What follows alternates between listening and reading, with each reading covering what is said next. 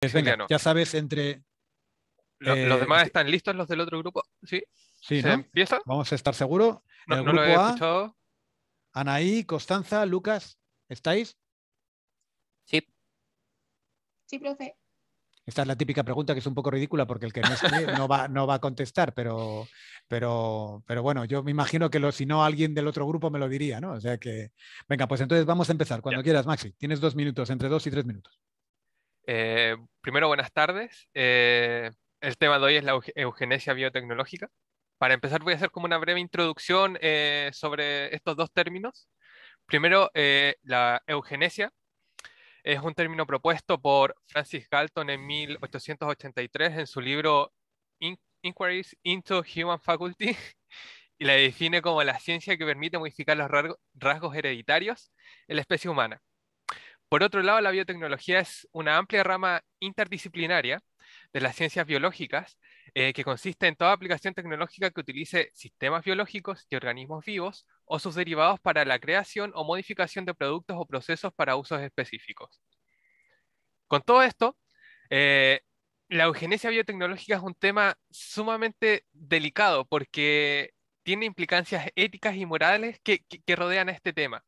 Primero porque recoge ideas del tipo de segregación sexual y racial, además de que es medio imposible no mirar hacia el pasado y ver los movimientos que se generaron en torno a este tema, que se llevaron a cabo alrededor del mundo y fueron apoyados por gobiernos que, o sea, se llevaron a cabo por gobiernos, o sea, los gobiernos apoyaban estos movimientos y que promulgaban y lideraban estas ideas de segregación sexual y racial. Esto también se generaba en torno a lo que se estaba produciendo de revolución industrial y todas esas cosas del siglo XIX-XX. Y quizás lo más característico fue lo que ocurrió en la Segunda Guerra Mundial con la Alemania nazi, eh, por los crímenes de lesa humanidad que ellos cometieron en base a este tema también. ¿Por qué menciono todo esto? Porque estos aspectos oscuros y negativos, en cierta forma, lapidan cualquier opción de ver características positivas respecto a este tema y de lo que nos puede aportar esta ciencia, ya sea en diagnosticar la intervención genética para enriquecer nuestro genotipo y eliminar enfermedades o factores genéticos desencadenantes de este tipo de enfermedades hacia nosotros, y que esta ciencia puede permitir corregir y aportar a una mejor calidad de vida de las personas. Pero siempre con ciertos límites, con aquello que es ético y moralmente correcto, sin atropellar valores y derechos humanos. Tenemos la bioética que aparece como primera vez en 1970 en un artículo. Te quedan 20 segundos, Maxi. Ok. Y que este término se rige a través de 4 principios fundamentales. El principio de autonomía, principio de beneficencia, principio de no maleficencia y principio de justicia. A lo que voy es que si la eugenesia va acompañada de este tipo de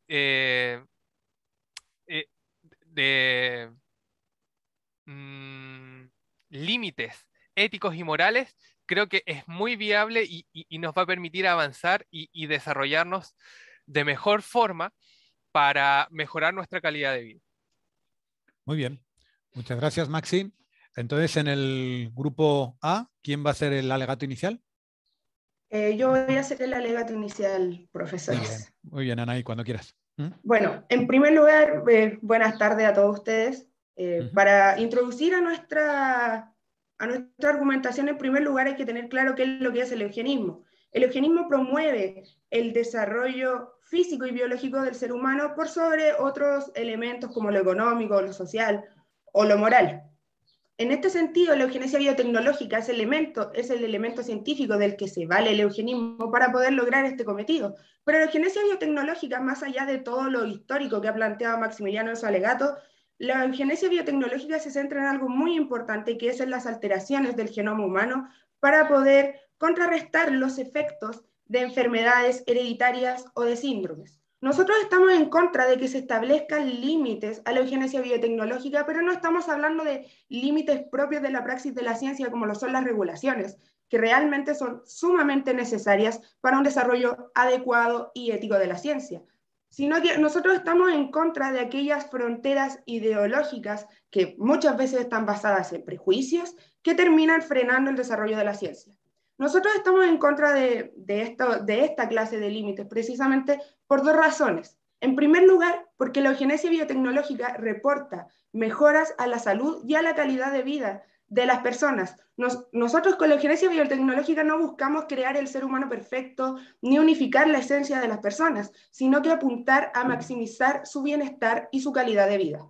En segundo lugar, nosotros somos fieles creyentes del desarrollo y del fomento de la ciencia, porque la ciencia es un pilar fundamental del desarrollo de las naciones y no se puede ver frenada por barreras ideológicas, tal como ha pasado con otros procedimientos científicos anteriores, como ha sido la fertilización in vitro, como han sido los métodos anticonceptivos. Nosotros creemos que debemos darle cierta autonomía a la ciencia, debemos darle confianza a la ciencia para así poder gozar de las beneficencias que nos entrega. Muy bien, muchas gracias, Anaí. Entonces empezamos ahora el turno libre de intervenciones. Yo creo que es un tema muy interesante.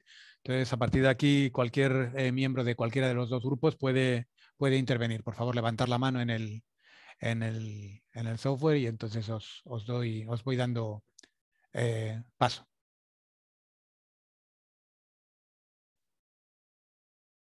Benjamín.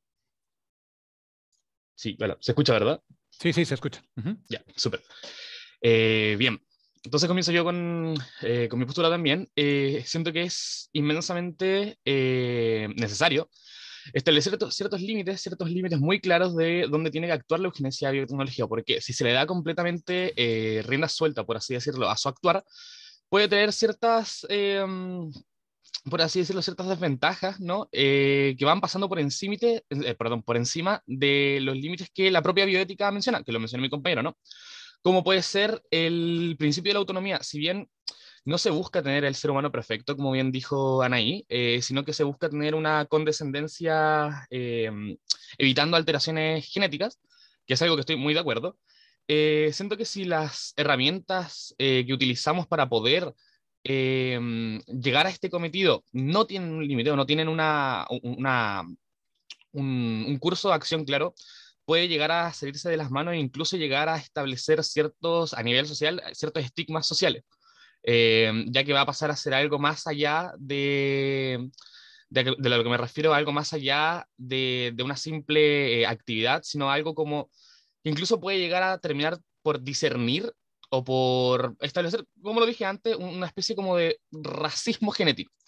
Por ende, siento que es inmensamente necesario establecer unos límites muy claros, regidos por los 4 principios fundamentales de la bioética, de los cuales se rija completamente la actividad de la eugenesia, ¿no?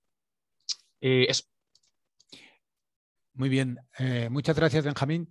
Yo creo que ahora, y antes de que alguien pida más de entrada, tenemos que definir muy bien, tanto los que estáis a favor como en contra, cuando estáis hablando de límites, ¿qué vosotros consideráis? ¿Cuáles son esos límites? Por ejemplo, los principios que acaba de comentar Benjamín. Es decir, discutir sobre cosas tangibles, porque si no, yo creo que no vamos a confrontarnos, sino que vamos a estar continuamente casi dándonos la razón unos a otros, ¿no? Diciendo que hay límites que no tenemos que cruzar, pero ¿y esos límites dónde los establecemos? Desde un punto de vista, ¿qué pensáis que pueden ser cosas ¿Qué límites establecemos que son los que no se tienen que cruzar? O el grupo B, ¿por qué no debemos establecer esos límites? ¿Me entendéis? Vamos a definir un poquito más a la controversia porque si no se nos puede ir el debate, digamos, diciendo cosas que no se contraponen una con otra. ¿Constanza? Sí, es que lo que pasa es que, claro, porque los límites en esto, más allá de ser como lo que decían ahí de biológicos, o sea, de la biotecnología, son, claro, más éticos. Y eso que decían sobre la segregación, no creo que sea tan así porque en realidad la eugenesia biotecnológica se ocupa más como para las enfermedades que son causadas por los genes. Entonces, se trata como de ayudar, no sé si me explico bien, como de ayudar a las personas a evitar estas enfermedades a las que están propensas y no más así como para segregar a las personas, porque al final es como para ayudar a todos, no sé si me voy a entender. Sí, yo te entiendo, Constanza, pero por ejemplo, si alguien, por ejemplo, quisiera que sus hijos midieran 1,85 y que fueran rubios, es decir, ¿dónde está el ayudar a las personas? ¿El ayudar solo desde un punto de vista de salud o desde un punto de vista estético? Es decir, entramos, ¿entendéis? Eso es lo que, si se pudiera a la carta definir las características físicas, ¿eso sería un límite? ¿No es un límite? Ahí es donde quiero que entréis en el Ya, debate. sí. ¿Mm? De hecho, hay un científico que habla sobre esto porque, ya, por ejemplo, las personas, bueno, se puede como insertar, por así decirlo, como genes para que una persona sea buena, no sé, en la música. Mm. Y entonces, ¿por qué eso es menos moral insertar ese gen desde un principio a, no sé, después hacerlo estudiar muchas horas de piano o para que se haga un genio musical? No sé si se entiende. Sí, sí. Vamos a entonces a ahondar por aquí. Lucas, que tú todavía no has intervenido. Luego le doy la palabra a Benjamín. Lucas. Bueno, sí, con los límites también podemos hablar en este caso. Como ya hemos redondado varias veces, los límites éticos yo creo que están más puestos por las personas que quieren hacerse no sé si tratamiento, pero es cuando uno se hace este procedimiento, Mm. uno lo que hace es hacer como, no sé si usted ha conocido alguna vez así como el proyecto de genoma humano, hace como un escaneo al genoma. Y esto después uno lo puede comparar con otras personas para ver que de repente qué tan compatible uno es. Pero esto ya son pruebas caras, obviamente, pero se puede. Es un proceso caro y se sabe que tampoco es un proceso de repente que sea muy agradable. Entonces no creo que sea como que se pueda ocupar también como una manera así como, yo quiero que mi hijo salga de esta manera y de esta otra manera. Sino que a lo Vale. mejor este como proceso se ocupa más como, ya hemos dicho, como para evitar enfermedades. Por ejemplo, entre dos personas que saben que tienen una enfermedad congénita por los genes Ujú. y quieren saber cómo podría pasar su vida o que no quieren evitar, por ejemplo, tener que pasarse sufriendo, por ejemplo, que su hijo tenga, qué sé yo, un ejemplo, síndrome de Down, tienen esa posibilidad. Entonces, se hacen este como proceso para saber si este evento puede suceder con mayor o menor probabilidad. Yo no lo veo más como una cosa así como de querer mejorarse o querer generar una particularidad específicamente, sino como prevenir algo. Muy bien. Benjamín. Vale. Yo me voy a tomar un poquito de las palabras del profesor Jorge Ruiz porque siento que es, eh, como dijo él, muy propicio a establecer qué es un límite. Porque claro, no es como que nosotros estemos a favor de poner límites que, por así decirlo, sean un poco obvios como que las personas de clase social baja no puedan acceder. No nos referimos a eso. Como límites nos referimos a que no se vuelva una herramienta en la cual las personas puedan hacer uso de la facultad de la eugenesia biotecnológica como algo más allá que la salud, como por lo que dijo, por ejemplo, de que puedan seleccionar genéticamente o sea, modificar su propio genoma, el genoma de sus gametos o elegir el genoma de la pareja con la cual van a procrear para que su hijo, por ejemplo, tenga ojos azules. Es decir, y disculpando un poco la informalidad, que no se convierta como en un Tinder genético. Es decir, que los límites estén en lo que es estrictamente relacionado a lo que es salud y a la prevención de enfermedades genéticas, no a algo que la persona quiere tener por gusto, ya sea, por ejemplo, efectos fenotípicos, es decir, que el color de cabello o cualquier cambio en el rasgo del físico de la persona, más allá algo que es estrictamente de salud como un síndrome o una deficiencia cromosomal o deficiencia genética. Muy bien.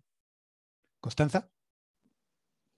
Sí, entonces es que ya si nos salimos del área como de la salud, lo que uno pasa es que la ética y la moral está súper como normada por las mismas personas y según un paper que llegué a leer, como que las personas tienden en sí a buscar como siempre las mejores cosas, por ejemplo, el mejor auto, la mejor casa, la mejor educación para su hijo.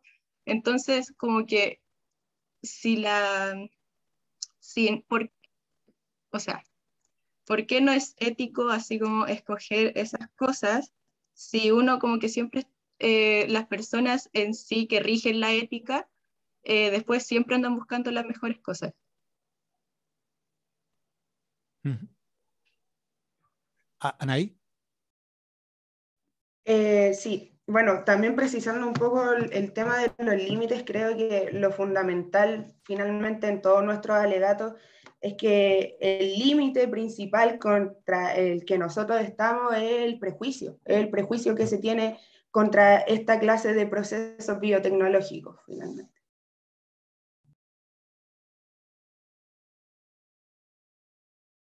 ¿Y quién, en el caso de que haya que establecer esos límites, quién los debería establecer? ¿Quién pensáis que tendría que ser el, quién pensáis, qué organismo debería ser el Estado? ¿Un consejo biomédico? ¿Tendría que ser a nivel de país? ¿Tendría que ser a nivel global? ¿Dónde estaría? Porque claro, si no es a nivel global, estaría el de siempre, ¿no? El turismo en el que tú te vas a un país a conseguir lo que quieres. ¿Dónde pensáis que quién debería establecer esos límites que más o menos ya hemos consensuado? ¿Cuáles son? ¿Qué pensáis? Benjamín. Sí, voy a contar un poquito de dónde están los límites de la ética o por qué no es ético elegir uno y no lo otro. Precisamente por las leyes que mencionamos antes, los principios fundamentales de que se rige la bioética, ¿no? Los nombro rápidamente, el de autonomía, de beneficencia, no maleficencia y el de justicia. Particularmente siento que el que más encaja el caso es el principio de beneficencia. ¿A qué se refiere esto? Aplicación de la bioética o de la salud, de las ciencias, por así decirlo, que busca o que esté cercanamente relacionado a que los actos médicos, en este caso la eugenesia biotecnológica, tengan a producir un beneficio en la persona a la cual se va a aplicar el procedimiento, en este caso el ya mencionado. ¿Por qué tendría un beneficio por ejemplo, la persona decida que su hijo tenga ojos azules, siendo que es un factor completamente fenotípico estético? Es decir, no va a tener, por así decirlo, menos probabilidades de tener riesgo por tener los ojos azules o por tener el pelo de un color u otro, ¿no? A eso me refiero con el tema de la ética. Se está haciendo un mal uso de las herramientas tecnológicas por técnicamente un capricho. Distinto es, por ejemplo, de seleccionar una pareja compatible para no desarrollar síndromes, por ejemplo, síndrome de Down, síndrome de Sheehan, etcétera, etcétera. No es ético utilizar, por así decirlo, las herramientas médicas para algo que no es estrictamente relacionado con la salud. Eso. Vale. ¿Y Anaí? Maximiliano? Anaí. Yo tenía la mano levantada primero. Bueno, Sí, sí. primero respondiendo a lo que dice Benjamín, sinceramente creo que en una concepción muy arbitraria que es de él, establecer lo que es beneficencia o no es beneficencia para una u otra persona, va precisamente en contra de lo que él establece que es la autonomía. Cada uno puede decidir lo que es su propio beneficio, a mi juicio, y yo creo que tal vez al juicio de muchos más. En eso se basa la autonomía. Y en segundo lugar, el tema de establecer límites, creo que lo más adecuado sería establecerlo tal vez por un tratado internacional, como obviamente asesorado por alguna entidad internacional como es la Organización Mundial de la Salud, en conjunto yo creo que con la Organización de Naciones Unidas, firmar un tratado multilateral que establezca límites en este sentido. Muy bien. Maximiliano. No se te oye, Maximiliano. Tienes el micrófono desactivado. ¿Ahora sí? Sí, ahora sí. Ahora sí, ya. Creo que con respecto a los límites hay que mirar países en donde se practica la eugenesia en distintas áreas. Por ejemplo, en España para el diagnóstico preimplantatorio, que viene siendo, es una técnica que permite detectar enfermedades genéticas o cromosómicas en el óvulo antes de que se forme el embrión. En este caso, eh, la ley española de reproducción asistida del 2006 y la ley de investigación biomédica del 2007, en estos textos se autoriza la realización de estos análisis para la detección de enfermedades hereditarias graves, de aparición precoz y no susceptibles de tratamientos curativos postnatal, con arreglo a los conocimientos científicos actuales con objeto de llevar a cabo la selección embrionaria de los preembriones, que no afecten su transferencia, la detección de otras alteraciones que puedan comprometer la viabilidad del embrión para cualquier otra finalidad, siempre que lo autorice expresamente y caso por caso de la autoridad sanitaria, previo a un informe favorable de Comisión Nacional de Reproducción Humana Asistida, que debe hablar las características clínicas, terapéuticas y sociales en cada caso. Como podemos ver, primero, los límites lo interpone el Estado con leyes, y segundo, la autoridad sanitaria del país, de España en este caso, mira cada caso. Es una junta directiva que mira cada caso y analiza si es necesario, si es viable realizar una de estas opciones o alteraciones genéticas en pos del, ¿cómo se llama esto? Del embrión, de que éste pueda tener una buena calidad de vida sin tener ninguno de estos tipos de problemas genéticos. Muy bien. ¿Constanza? Sí, en realidad es algo como súper puntual, que es de lo que dijeron anteriormente sobre de que no es ético ocupar como los recursos médicos para uso fuera de la salud, pero realmente entonces si nos llevamos por eso, las cirugías plásticas tampoco serían éticas o cómo. Benjamín. Sí, ahí estoy. Sí. Voy a responder al punto que dijo Constanza, que es el que está más fresquito antes de continuar. Sí, lo que tú planteas es interesante, pero es que hay una pequeña diferencia. Es distinto, por así decirlo, pagar por una operación estética, en este caso, voy a poner un ejemplo X, una rinoplastia X, porque el procedimiento de una operación, ¿cómo se llama esto? Estética, si bien tiene un costo elevado para el paciente, no un costo a nivel tan grande quizá a nivel país. Distinto es de la eugenesia biotecnológica, que hace uso de una gran cantidad de recursos, ya, porque no es tan sencillo como hacer una operación, vuelvo a decir, una operación plástica, ¿no? Estética. Y tiene otro fin. El cometido principal de la operación plástica es mejorar, por así decirlo, lo que el paciente está viendo, en este caso, la estética. La eugenesia biotecnológica no es su objetivo, ese es el punto, no es su causa primera. La causa primera de la eugenesia biotecnológica es evitar alteraciones genéticas en las demás descendencias. Es decir, al hacer esto, es hacer un mal uso del objetivo del cual la eugenesia biotecnológica tiene. No sé si se me explica el punto, pero es eso. Maximiliano. Sí, con respecto a lo que dijo Anaí, creo que también es importante recalcar de que es cierto que hay cierta autonomía de uno de lo que puede hacer lo que quiera, pero si miramos otro punto de vista, podemos ver que las personas que tengan más dinero van a tener más acceso eh, eh, a estas actividades de la eugenesia, y en cierta forma se va a empezar a segregar o a discriminar a aquellas personas que no tengan dinero, no van a poder acceder a estas mejoras genotípicas o de la ciencia eugenésica como tal. Entonces, vamos a volver a caer en otro bucle en donde se va a empezar a segregar a las personas, y los que pueden van a poder acceder y los que no se van a quedar sin nada y no van a poder acceder a esto. Muy bien, yo creo que ha quedado bastante claro las posturas. Entonces, ahora y ya como nos acercamos al final del debate, me gustaría que los dos grupos hicieran digamos, las conclusiones. En el grupo, yo creo que podemos empezar por el grupo A, que como empezó el grupo C, empezó el grupo A. ¿Quién va a ser el alegato final del grupo A? Yo. Pues venga, Lucas, cuando quieras. Bueno, Acuérdate que tienes entre 2 y 3 minutos, ¿vale? Sí, es corto, es pequeño. Dentro de lo que pudimos observar en este debate, creemos que podemos llegar al acuerdo que donde dejamos claros los límites que se deben definir en base a la ética que nosotros definimos como personas autónomas en base a la eugenesia. Y respetar las decisiones que tomen las personas al obtener estos resultados, obviamente, porque cada persona verá lo que hace. Nosotros entendemos como ética, obviamente, que cada uno es autónomo a sus decisiones. Creemos que la eugenesia biotecnológica debe verse igual que el movimiento del siglo pasado, de la eugenesia como cuando nació, sino que hay que abrir más el pensamiento a las opciones que ésta ofrece, como recalcamos antes, ya que puede evitar enfermedades genéticas más que simplemente un perfeccionamiento del genoma. Muy bien. Muchas gracias, Lucas. ¿Y quién va a ser el alegato final en el grupo C? Yo, profe. Venga, pues cuando quieras, Benjamín. Bien.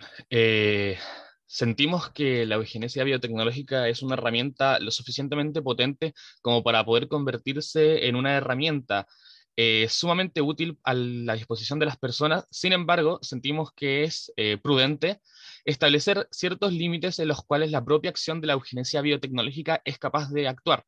Sentimos que tiene que estar regido bajo los principios fundamentales de la bioética, por lo cual no debe hacerse mal uso de la eugenesia biotecnológica y tienen que haber autoridades reguladoras capaces de poder establecer estos límites y hacerlos valer, ya que si no es así, es posible que se desvíe mucho el rumbo por el cual la eugenesia biotecnológica fue planteada y se termina haciendo un mal uso o una malversación de la función médica que tiene este sistema para poder evitar las alteraciones genéticas. Eso, Muy bien. Pues muchas gracias, Benjamín. Bueno, pues con esto damos concluido el debate. Es un debate interesante y que tiene, como siempre, al final tiene muchas aristas, ¿no? Parece que es muy sencillo, pero luego cuando empiezas a hurgar en los temas y en las posibilidades que hay, bueno, pues es más complejo de lo que parece. Pero a lo mejor podemos volver al final de la clase si terminamos. Lo que sí me gustaría sería empezar con